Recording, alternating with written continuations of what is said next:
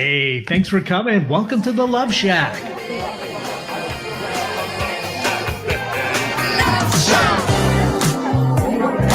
Hey, welcome to the Love Shack. It's a little old place where we get together, explore fresh perspectives, eavesdrop on juicy conversations, and uncover the mysteries that nobody talks about, but absolutely influences our relationships. If you are struggling with your special someone, this show is dedicated to helping couples rescue their relationships, and we do it with people from around the world. I'm Stacey Bartley, and I am here with my co-host and lover, Tom.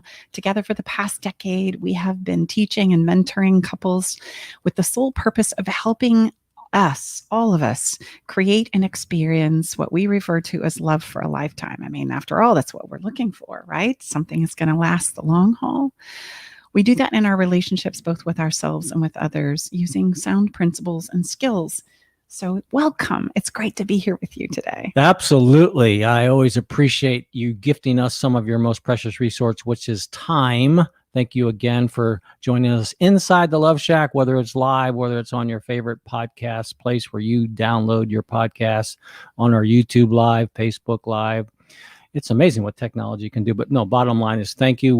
I know Tom, you say that every time. We have an exciting episode, and it's I can't, that's all. My lips are locked. I can't share anything more. I bet if we were to go back and listen to all the recordings, we would hear you say, yep. It's our favorite day of the week. We love, and again, our intention, all kidding aside, give it away, honey. Come on, go ahead. I don't need to give it away today. Stacey and I are going to be going through a very, very significant and important framework and a brand new resource that we have for free, how to stop a fight in 20 seconds. And that's not being cliche. That is real, ladies and gentlemen.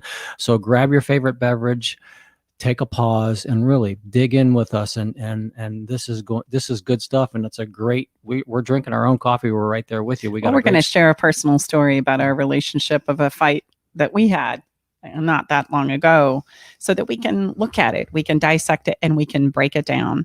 I like to use examples from Tom and I's relationship, even though we have many client stories that sometimes we feed in.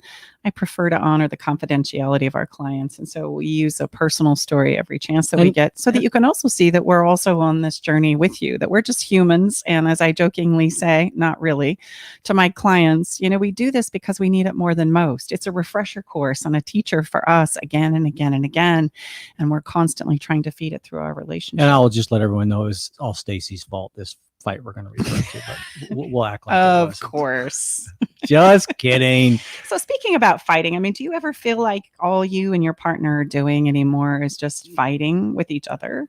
It probably goes something like this. You go round and round having the same argument, and instead of resolving anything, you both just feel really crappy, regretful, and lonely. It's an amazing thing when we look at fighting. It doesn't really take us anywhere good. Sure, there's the outliers where all of a sudden something pops out that's needed to be said for a long, long time in a fight. But unfortunately, in order to get that little gem, we have to get through all the stuff that breaks our hearts, that causes us to feel like the relationship doesn't matter, that we don't matter, or that your partner isn't in a place where they can show up for you. I can't tell you how many clients I see individually that say, Stace, that's never going to work. My partner won't do that. My partner's not capable of that. And I say, well, okay, I understand that you've come to this conclusion, but what do you say we give it a try? And so we come to these conclusions about ourselves, about our partners, about what our relationship is capable of. And unfortunately, we live by that, whatever it is. We will adhere to that belief because that's what we do as human beings. A fight is a place where either someone has said something that hurts your feelings, or maybe you've been the one that's said something that's hurt somebody else's feelings. And the eventual aftermath of any fight, if we look at it, is regret, because it's almost like the regret is more painful than the fight that was happening or taking place itself. And have you ever felt like roller coaster ride is happening? Like you get on to a conversation and out of nowhere, all of a sudden you're on this roller coaster of a fight and you don't know where it's going to end or where it's going to take you, but you don't feel like there's anything you can do about it. That's really indicative of a fight as well. So today in the Love Shack, Tom and I are going to share his personal story We're going to dissect it down so that you can understand that there is actually a progression of a fight. And then we're going to show you how absolutely you can stop it in 20 seconds or less. So stay with us. We'll be right back. It's going to be good.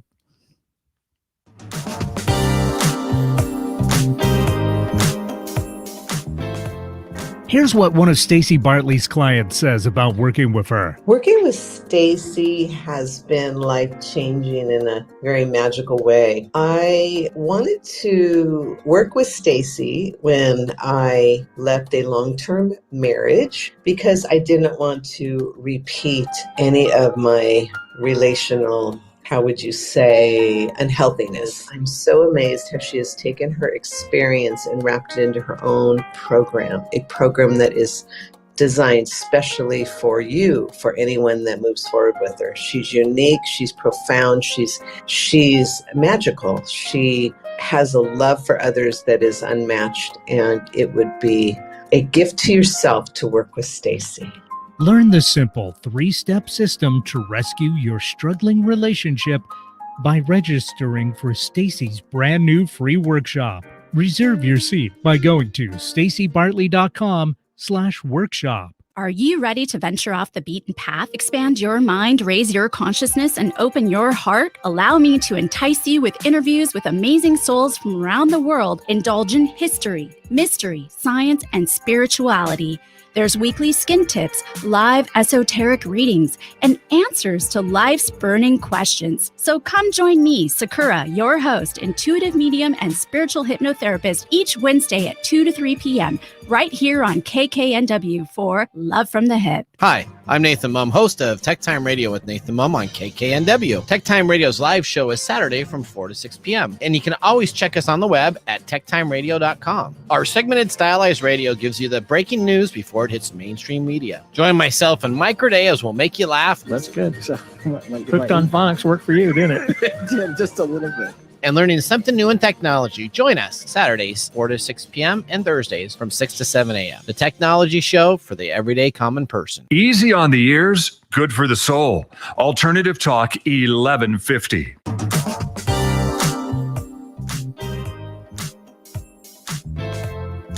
Welcome back, everybody. Tom and Stacy Bartley. We are your hosts of Love Shack Live. Thanks for spending some time inside the Love Shack today for a very, very significant conversation, how to stop a fight in 20 seconds or less. Mm-hmm. It's real. Honestly, it's real. I promise you by the end of this episode, you're going to know.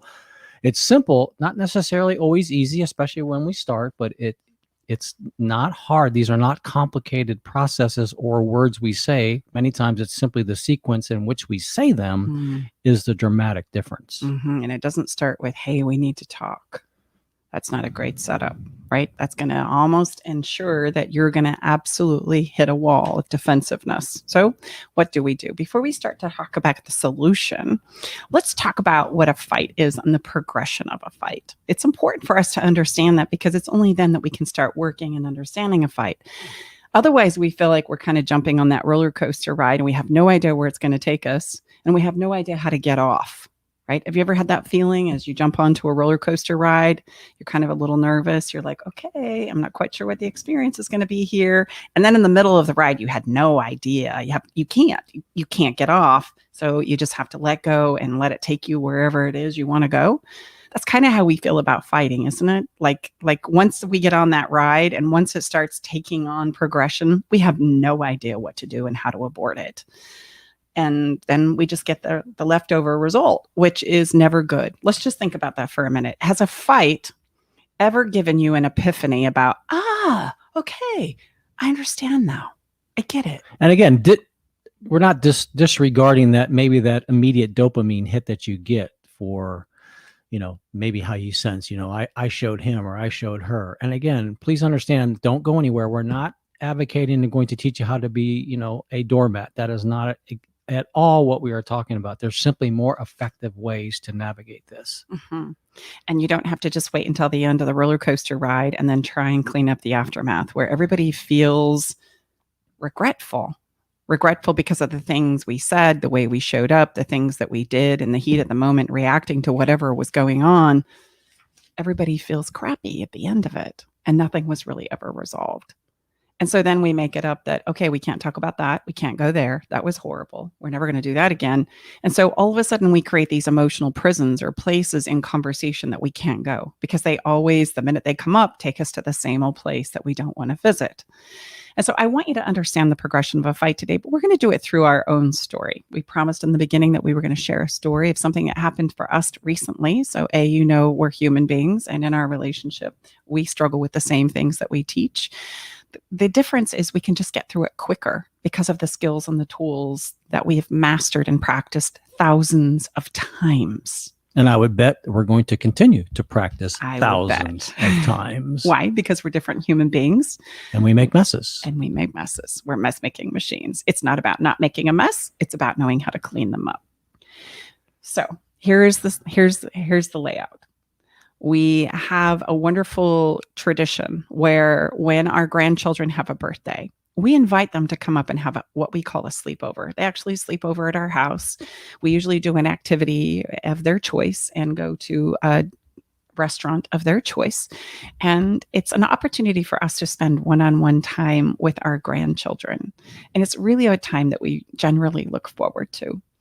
Except for this particular time where we had a granddaughter sleeping over. Unbeknownst to me, and this is important, we'll highlight this on the progression. Unbeknownst to me, Tom was not feeling it. Tom was not really feeling the party. And later it comes, he looked like he was playing along like he was, and that everything was fine. And so, of course, as tradition has it, the granddaughter's going to choose the restaurant and we're going to schedule a time.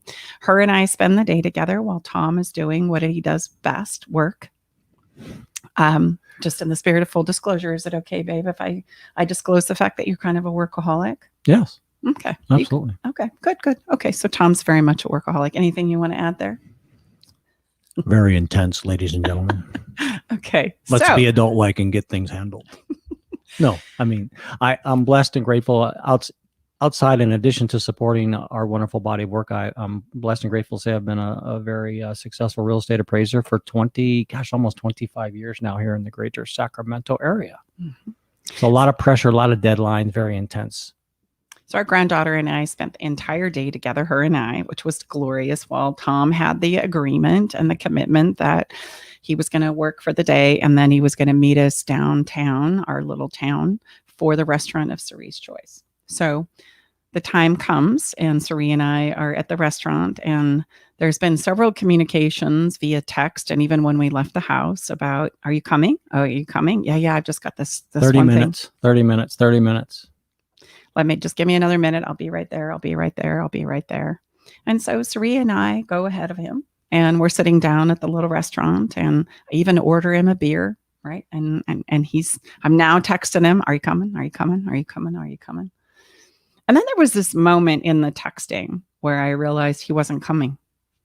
Not because he didn't say he wasn't coming, but I just realized he was going to play this out like he wasn't coming. He wasn't going to show up. And it was the having to tell my granddaughter that Grandpa's not coming. That was the tough part for me. And that was the part that really incited the emotional, upset inside of me. Man, okay, this isn't okay. Because then my granddaughter goes places like, well, why aren't I as important as work? Why aren't I as important to, he made it for so-and-so and so-and-so and so-and-so's birthday, right? What about me? And we know that we go those places as human beings, right? And so that's where my heart started to go, which only fired me up about Tom and thinking, how could you do this, right? After all we do and love of our family and contribution, and this was planned and it was laid out and you knew, and I tried to be as, accommodating as possible. You didn't make it. And by the way, this is a new thing for us. I had never not had Tom make it to a party, to a gathering, to a dinner, to anything that he had committed to do. And so this for me and my experience personally was a whole new level of what's going on here? So needless to say, my granddaughter and I completed dinner and I tried to, as we do, play it off like it's okay. And she's loved and she's appreciated and tried I made to it down there when you guys. You never made it down there. No, I did. I made it down there, but it was after you guys had long finished your dinner. Oh, okay. Yeah. It was quite delayed. And at this point in time, I was unhappy. I was very unhappy. And so we weren't going to handle this in front of her, right? We were trying to do our best. I was trying to do my best. I'll speak for this personally, to handle my upset with us, adult-like, as we try and do. And we had the sleepover, and it wasn't until the next day when our granddaughter was taken home. And I remember very much, you chime in here too, babe. I remember folding clothes, and we weren't talking. There wasn't a whole lot said. We'd kind of like just let it simmer for a minute. And actually, we had more family coming over that night as well, which was also very much pre-planned. I will just say, both of these were very, very pre-planned. So there was no suddenness of like this engagement, if you will, this scheduled time with family. But we had, my brother and his partner coming over, again, a long time scheduled that next night. Mm-hmm. And this so not a lot of time to recover. We have a big family, so Yes, and we very love to large. interact with our family. So this happens quite frequently. This isn't something that's odd either. So I remember I was folding clothes, and it just happens to be in the same space that Tom is at his desk working. And I noticed that the more I saw him working, the more fired up I got, because I'm angry that work seems to sometimes trump things that I feel are more important, right? Like our family, like relationships, like communication, those kinds of things. And now, as you guys know, I mean, Tom's a very engaging, wonderful guy if you can peel him away from work. And at this point in time, I still hadn't said anything. I'm still trying to figure out how to show up, say what I need to say. And I can't take it anymore. I'm to the point where I'm like, as we talk about being, I'm at my max. I can't take in any more thoughts or difficult emotions. I can't stand him standing on my emotional toe any longer without saying something. And because I had waited so long, I got teary. I started to cry. And I said, what happened last night is not okay. That is so hard for me to wrap my head around, right? And Tom immediately stopped what he was doing and turned and faced me and said, tell me what's going on. Now, we'll go back and we'll point out some key places here, but that was one. I'm just going to put a little arrow right there. And he just let me share what was on my heart and what was hard and what was difficult and what hurt my feelings and where I was at and what was playing out in our body of work, what we call our movie. There was a place I was living, and I had connected some dots, and I was hurt because of several things. And he immediately stopped doing what he was doing because he could tell I was really upset. And he just turned and faced and let me say so. And by saying so, of course, then he had a lot of emotions about what was being said. And he felt misunderstood and unappreciated. He felt like I didn't understand where he was coming from as well. And that was true. And so thankfully, because we have skills and we've practiced these things, I was able to give him the opportunity to talk about why this had happened. And then there was this wonderful moment where we cleaned up a mess, which was what? You take it from there. Yeah, I would say, 15, 20 minutes. And again, we had a timeline, again, because, we try to be respectful of everybody's time because it is our most precious resource. I always open the show with that, and it's true. That's the only thing that we don't have any, it's a finite resource, at least in this incarnation or whatever our belief system is. But so we had other people, and even Stacy had mentioned maybe we need to tell them it's not going to work out. And I said, no, I don't think that would serve any of us. I think we can get through this. And so, no, I mean, when I could tell that Stacy was very upset as she shared. So again, the greatest gift that any of us can give anyone, in my opinion, is our time. Our true attention, our presence is a present. That is not cliche. Think about it, because think how often we don't feel like we're heard, acknowledged, and appreciated. So I could tell that this was really, and I was a hot mess anyway myself. So I stopped what I was doing. The greatest thing any of us can do is look someone in the eye, put our device down, and truly give someone our attention and presence. Right there will change the game. And yeah, so we both, because again, we drink our own coffee, and we develop these practices and frameworks for ourselves first, and then we teach and mentor our clients. We each gave ourselves the opportunity and permission and safety to share from our hearts without judgment, without interruption.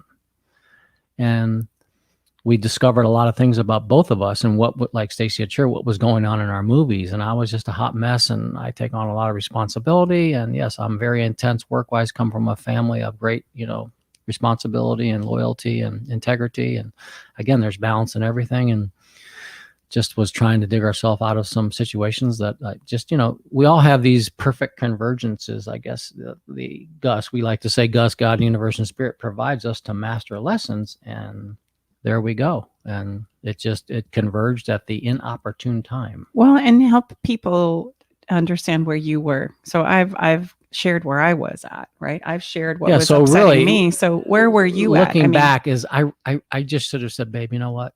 I just don't have it in me. What was the conflict that was happening inside of you? Well, I was torn because I wanted to continue doing what I was doing. When you're writing an appraisal, it's a very, very technical analysis and report, and there's so much time intensity. So I really just wanted to get that one off my plate rather than stop and interrupt. But yet I was torn because, again, I have great love and appreciation and gratitude for our family. And so I had made a commitment. I take those very seriously to our granddaughter. And so I was really torn, but I just didn't have the emotional bandwidth to do them both. And I just really should have said, babe, you know what? I don't have it in me. Can you please, you and our granddaughter, just go on your own? And I'm just going to, when you come back, I'll be ready to then participate, but I'm not going to be able to make the dinner. Yeah. So did you, when you were pushing it back another 30 minutes, another 30 minutes, another 30 minutes, did you really think that you were going to miss it?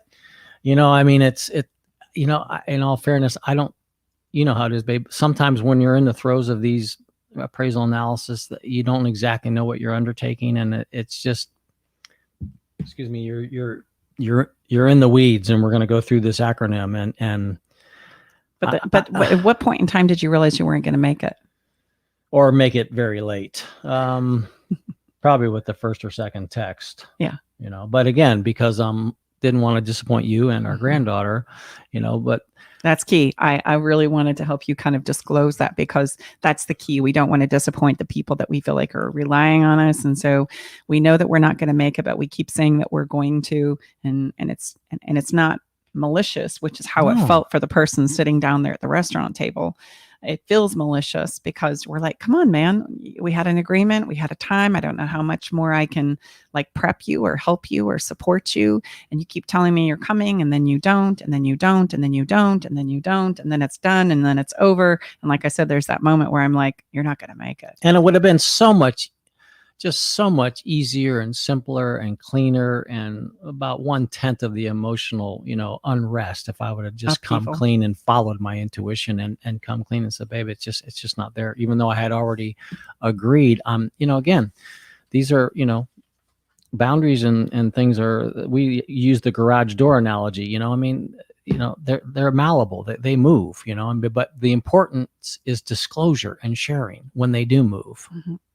So I want to give you the progression of the fight. And I'm going to go back to our story again and again and again so that you can see the progression of the fight. We can actually point it out, and you have something to kind of hopefully take away and see in your own life, these progressions, because fights don't just come out of somewhere. They don't. And unfortunately, fights happen because we don't disclose where we're at, or we don't know how to stop them, or both. Because they all of a sudden pick up intensity and we don't know what to do then, but just get on board or try and get the heck out of Dodge. And again, excuse me, we're talking about things, ladies and gentlemen, that are happening in nanoseconds emotionally. So it's very fast, it's very furious, and it's very scary. So we're going to do everything we can to impart and encourage you and share with you how you can slow this process down. Mm-hmm. It's important that we slow down. The more we start spinning up, the more we need to slow down. Stacy will say, honey, are you reeling? REELING, reeling. Yes, I am reeling. Then it's time to slow down and take a breath, which is very counterintuitive to what we think we need to do. We think if we speed up, we're going to be able to get ahead of it. We're going to be able to figure it out, right? If we just say this one more thing, this one more word, throw out this one more piece of evidence, we're going to get ahead of it. And somebody's going to go, aha, I see the light. You make so much sense. Thank you for that. It's never been my experience. Never mine either. And I don't think it's anybody's else, if you really can be true and honest with yourself. So the first step of a progression of a fight is something happens. I like to say people step on your emotional toe and it hurts. And you're aware that there's something that hurts, and you're not so sure, maybe even in that moment, why it hurts. You just know it does. And the first thing that happens when something fires off like that is I withdraw. Okay. We're going to go through a WEEDS acronym. So WEEDS, and the first letter is W W. for withdraw. And we're going to pull back, whether that's physically pulling back or emotionally pulling back. So the minute Tom said he needed 30 minutes as we were heading out to the restaurant, I can look back and see in that moment, I emotionally pulled back.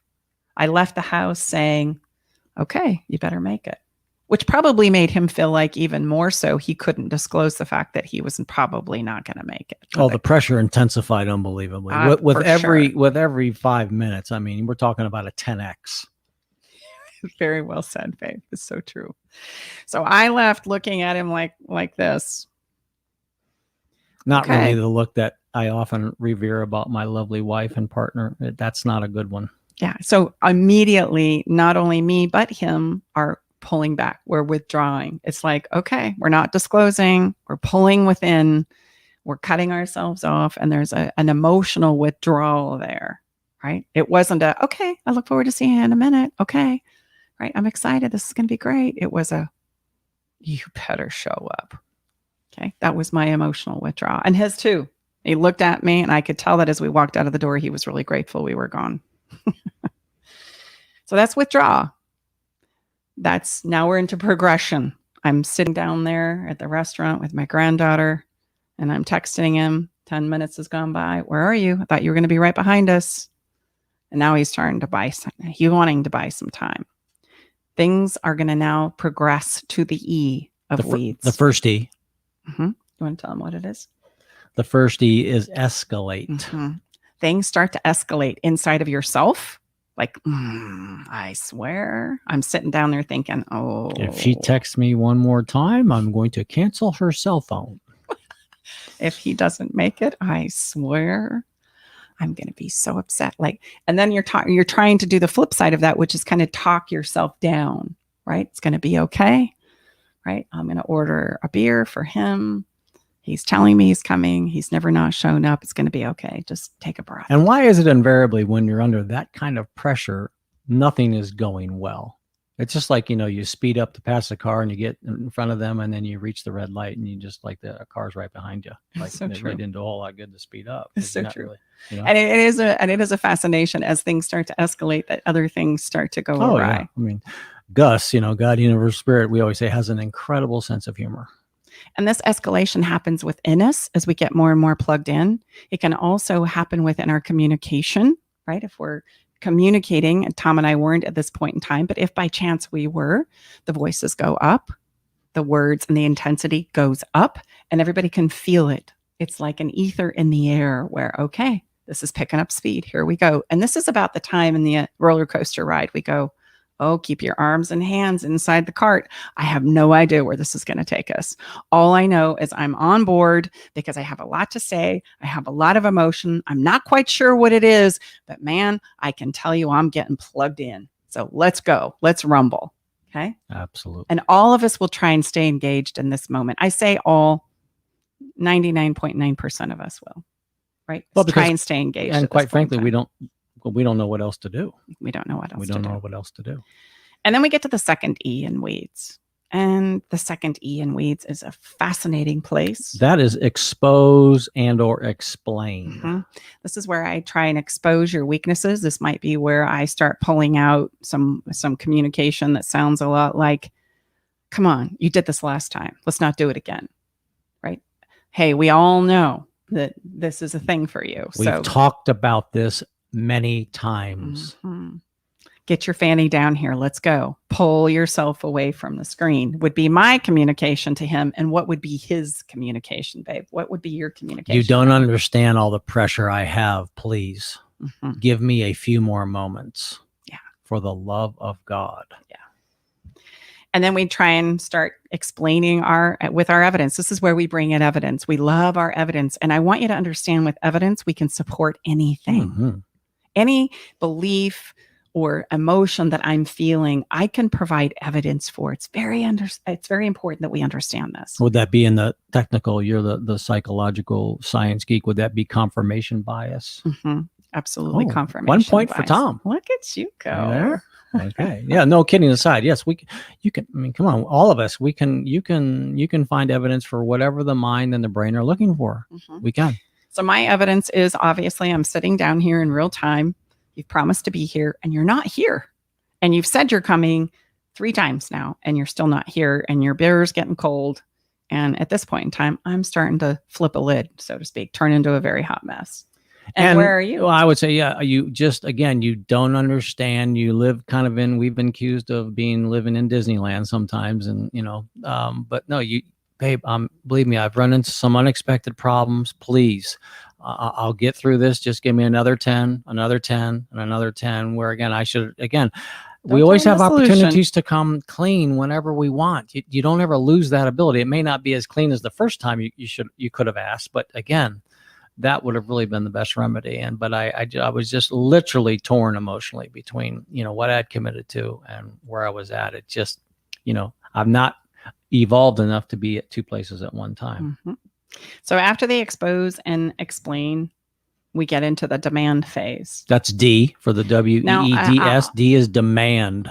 Wait a minute. Before we move into demand, there's one thing I want to say about expose. Expose could also be the place where I'm playing the victim. Oh, you always accuse me of this. Oh, here we're going to go again. I could play the victim and expose because I'm exposing things about myself.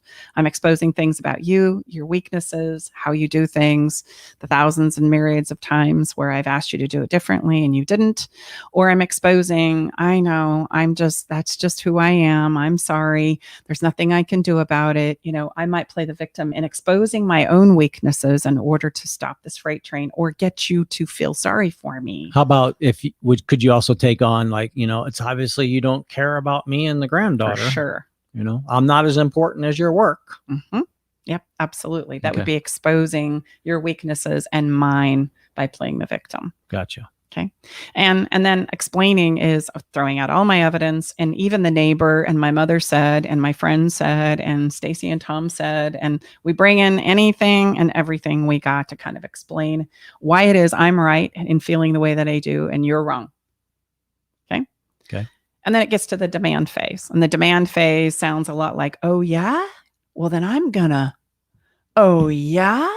Okay. Well then that means you want to go there. You want to rumble?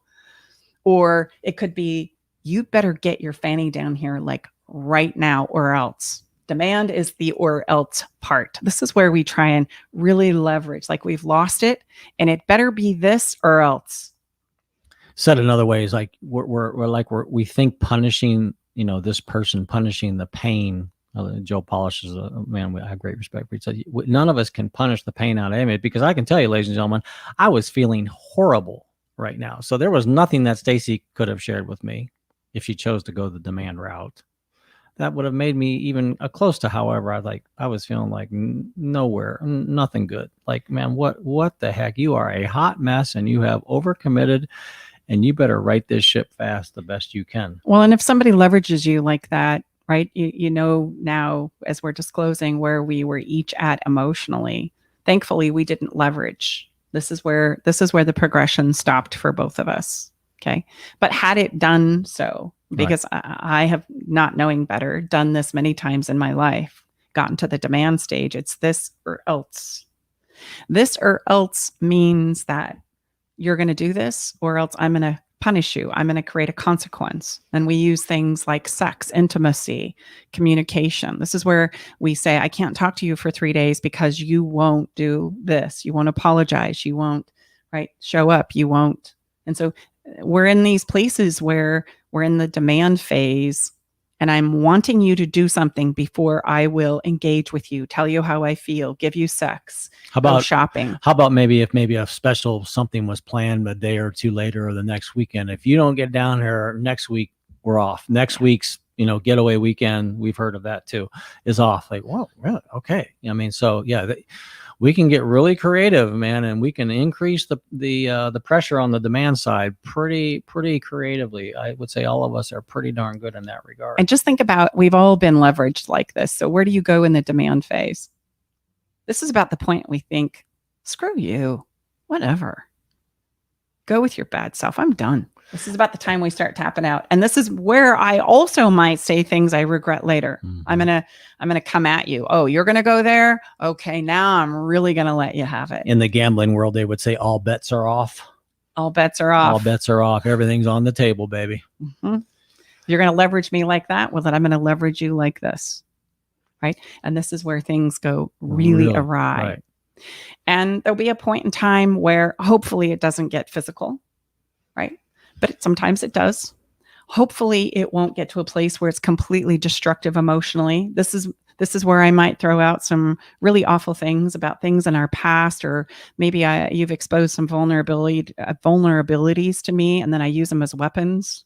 This is also where I might disclose things that I've always felt, that I've always wanted to say, but it's done in a very weaponized way. I never did like you.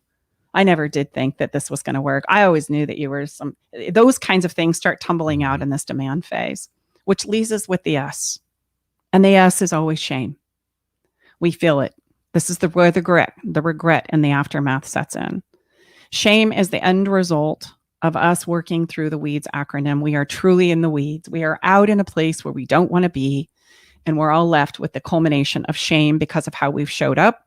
That's totally counter to what it is we want, who we want to be. And we've said some things that we don't really mean, we didn't really want to say, or we needed to say them, but not in that way. I weaponized some things that I wanted to say, and I know I could have said them better. I think I didn't quite know how, but I should have not said them like that. Yeah, I would say that's that aftermath, the next morning, or, a few hours, or we've all, said some things, perhaps behaved in ways like, oof, gosh, I could have done a better job with that. I mean, that's just part of life, So again, it's never too late to get out of the weeds. It's obviously the quicker that we can identify we're in the weeds and start at the W, rather than we get to the S, So in our scenario, in our story, Tom and I made it to the expose, explain. So we withdrew. Things escalated. I was trying to say, hey, come on, don't do this. You better get down here like right now. We're waiting. Do you want us to order you a beer? And I thought by ordering you a beer, babe, honestly, that would be the bait that I needed to get you down there. That's a good one. Hot summer night on a Friday with a cold beer is a great, it's a great draw. And at that point in time, I stopped, which is in this progression. We're going to go through it again. But the goal in understanding this progression is that as soon as possible, you stop it. Because if we don't, it's always going to take us to the same place. It's going to take us to shame, which then backhoes the safety, the connection, the love, the wonderful stuff, the joy that we have in our relationships. It literally backhoes all of the safety and permission out of it, little by little, scoop by scoop, until pretty soon you don't have the safety to disclose anything anymore. And so you see couples that have been together for a long time who really are living separate lives. This is how it happens, piece by piece. Yeah, I was just going to say, but like here in the Smith family, oh no, we don't talk about that. Oh no, we don't talk. Oh, we definitely don't talk about that. We think, well, what do you guys talk about? It's very, very surface level. So yeah, as Stacey shared, you're doing exactly the opposite of what's needed. As the longer that partners are together, guess what? The requirements for sharing go up as well, and it's usually the inverse of that. Mm-hmm. So, you've got to understand. So weeds, let's go through it. Yes. You withdraw. It's the first thing, emotionally or physically. We go within. We pull away. We pull out. I mean, that's my classic. as soon as things aren't, I clam up quick. I'm not as talkative as my wonderful wife anyway, so that's not a good program. Tom goes really quiet, and then we go, something's in the air. And Stacey's like a detective. She will hunt you down. Then things escalate. If things don't get resolved at withdrawal, I would say and I don't want to put words in your mouth, babe, but I would say, not to brag. It's not about bragging. It's about practice.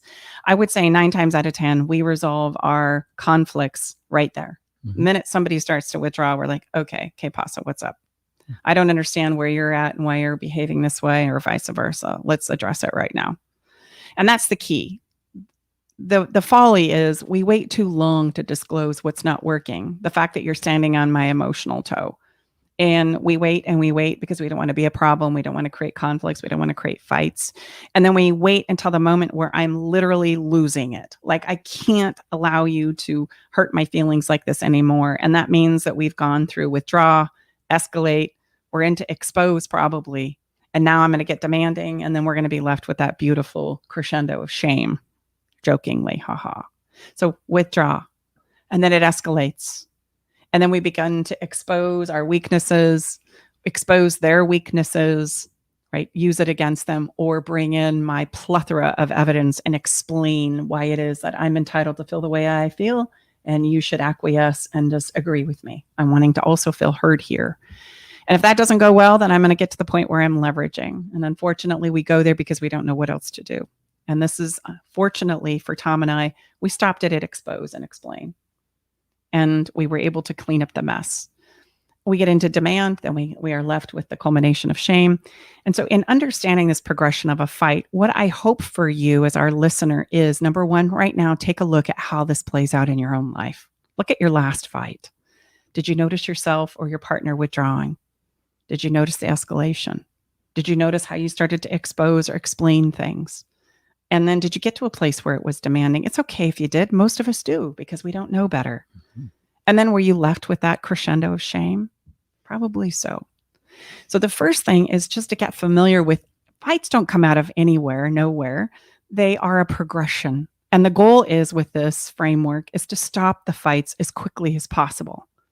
And you're going to probably at first, when you start working with this, you're going to be all the way into expose and explain, or maybe even demand before you go, oh my gosh, we're doing it. It's happening like right now. And that's okay, because anywhere you can catch it is better than not catching it at all and taking the freight train all the way to the end. Well, and the beautiful thing is the first place we all have to realize is to understand where we're at. That's a huge, don't underestimate how powerful that is. That is a great place of the first awareness, because otherwise we're just going to continue doing what we've always done. So you have to understand, oh my gosh, I'm demanding and I'm really close to shame. Beautiful. I mean, again, not to dismiss what you're going through, but we first have to understand where we're at. And then what do? Immediately what we do is we pause. Mm-hmm. Now we're going to give you the remedy, right? Regardless of where you find yourself in this progression.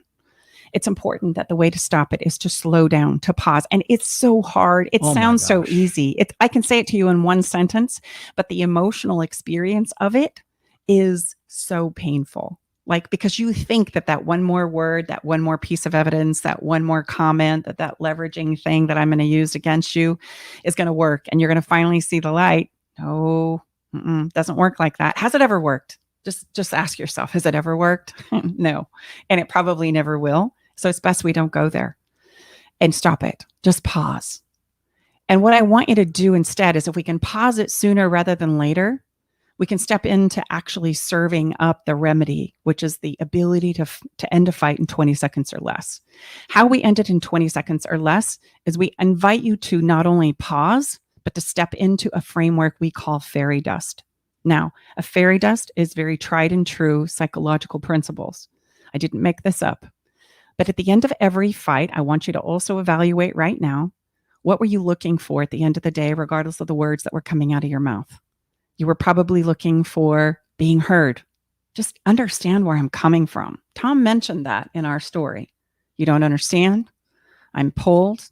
The pressure is not going to help me solve my problem. I just don't think you relate to where I'm at. And I could say the same thing. You just don't get where I'm at. You don't understand how difficult it is. I can't believe you would drive me to this place.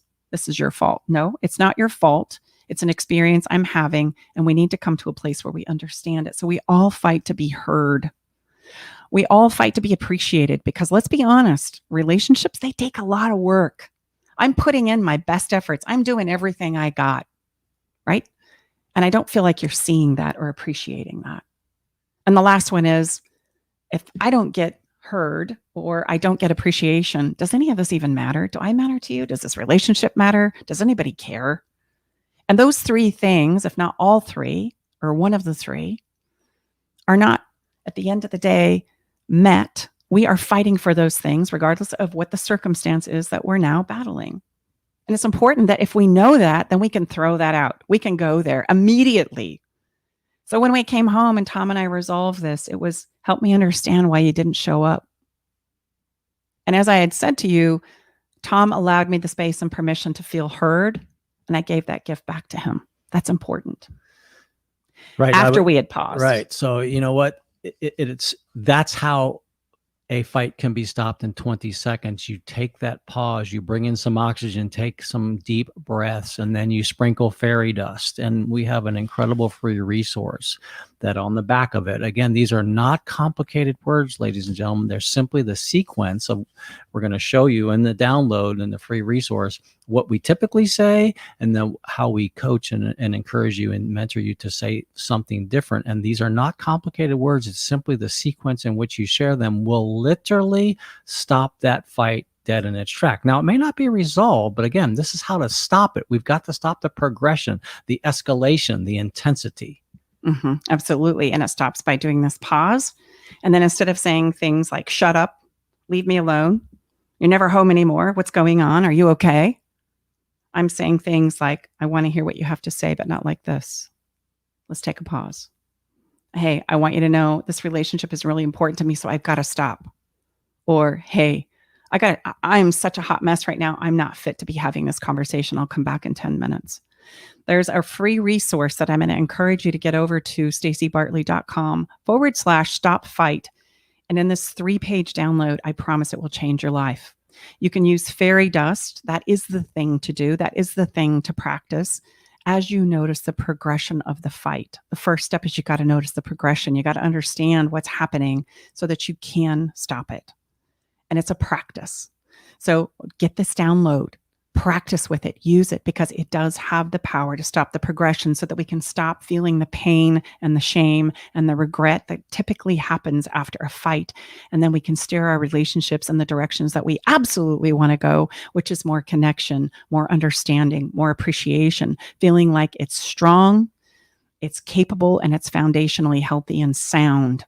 And I would add, the reason why it's so effective, just think about it.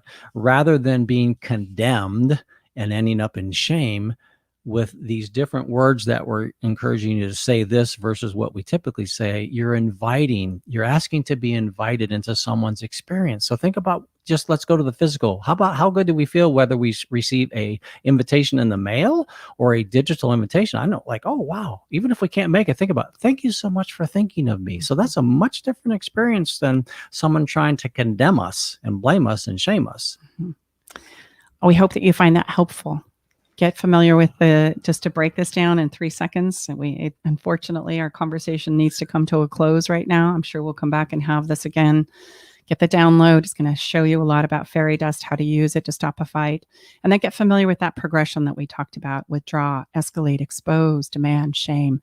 Once I get familiar with it, then I can start working with it, and give yourself a lot of grace. You're not going to totally screw this up, probably, just because it's happened so fast. So you're going to get all the way to shame, and it's okay. Just come back and try again. It's about practice. It's about repetition. It's about learning to catch it and see it. And then you can stop it sooner and quicker with a little sprinkle. And if you need some help, which oftentimes we do, that's what we do. We're very good at bringing safety and permission around a situation, around couples where it doesn't exist. And that's exactly what we do. So we'd be honored to serve you. Yeah. So let's take a break, and then we're going to come back and have a little bit of fun. Take it's a time breath. to shift gears here. Let that all sink in. We'll be right back, and we'll do a little follow some fun.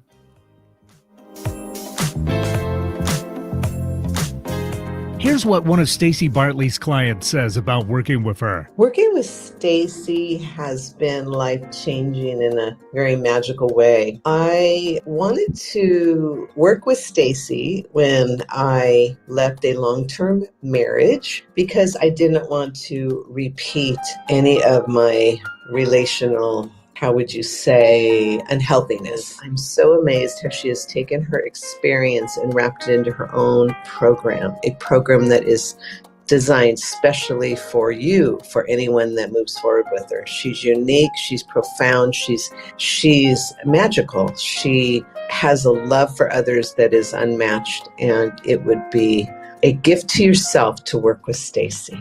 Learn the simple 3-step system to rescue your struggling relationship by registering for Stacy's brand new free workshop. Reserve your seat by going to stacybartley.com/workshop.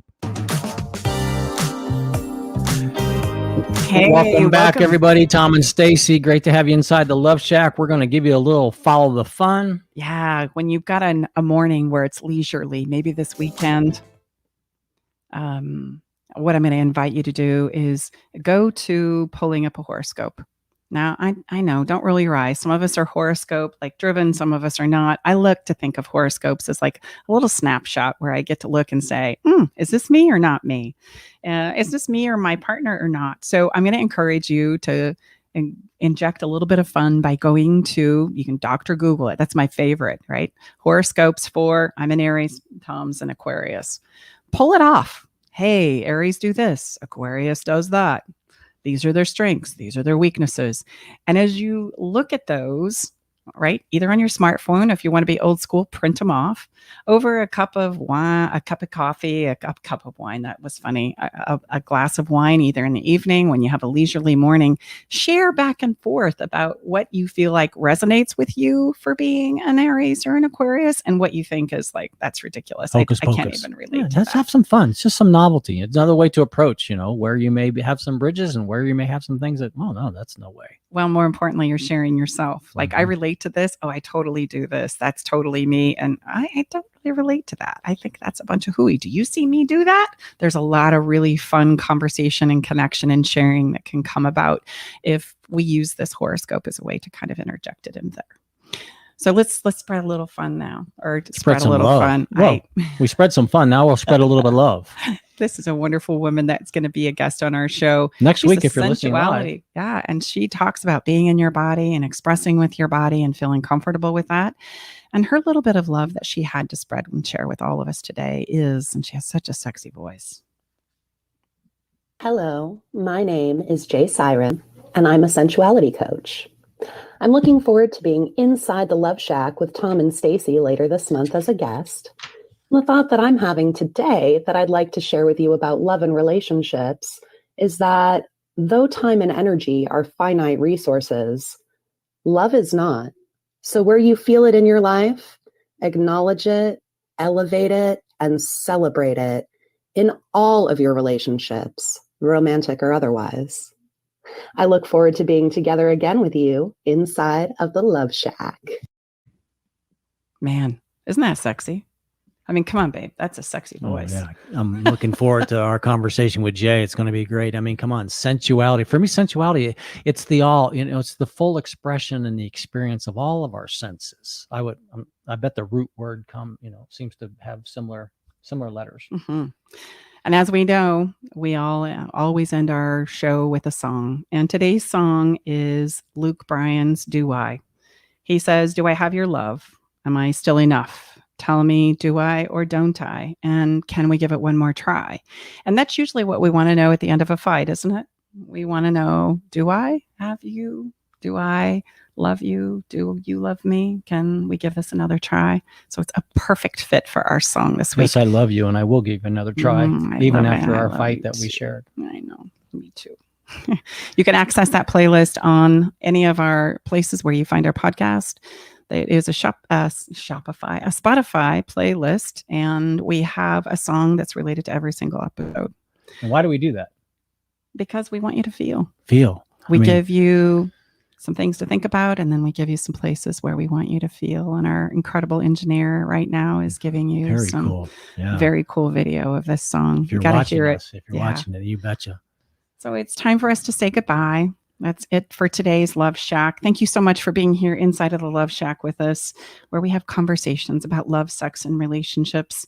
We're dedicated to talking about the things that you want to listen to. So if you have a conversation or a topic that you would like us to speak about, please don't hesitate to reach out to us. And I can't overemphasize, please grab that free resource. Mm-hmm. We've put a lot of time and thought into this, and it's really what we feel is really going to move the needle. So stacybartley.com/stop fight. You spell Stacy with an I, STACI. And a special thank you to Jay Siren today for spreading some love. She's going to be so good. Don't miss her.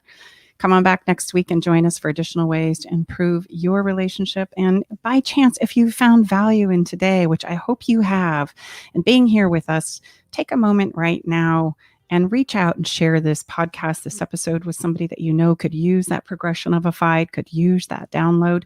We're here to support you in any way that we can on your love, sex, and relationship journey. You can find everything at Stacey Bartley. And may we suggest you begin with that resource we talked about. We're Tom and Stacey Bartley, hosts of Love Shack Live, together with our incredible engineer, Eric Ryder. Thank you so much for being here with us today and spending some time with us inside the Love Shack. We will see you same time, same place next week. Mm-hmm. Get your download. Bye-bye.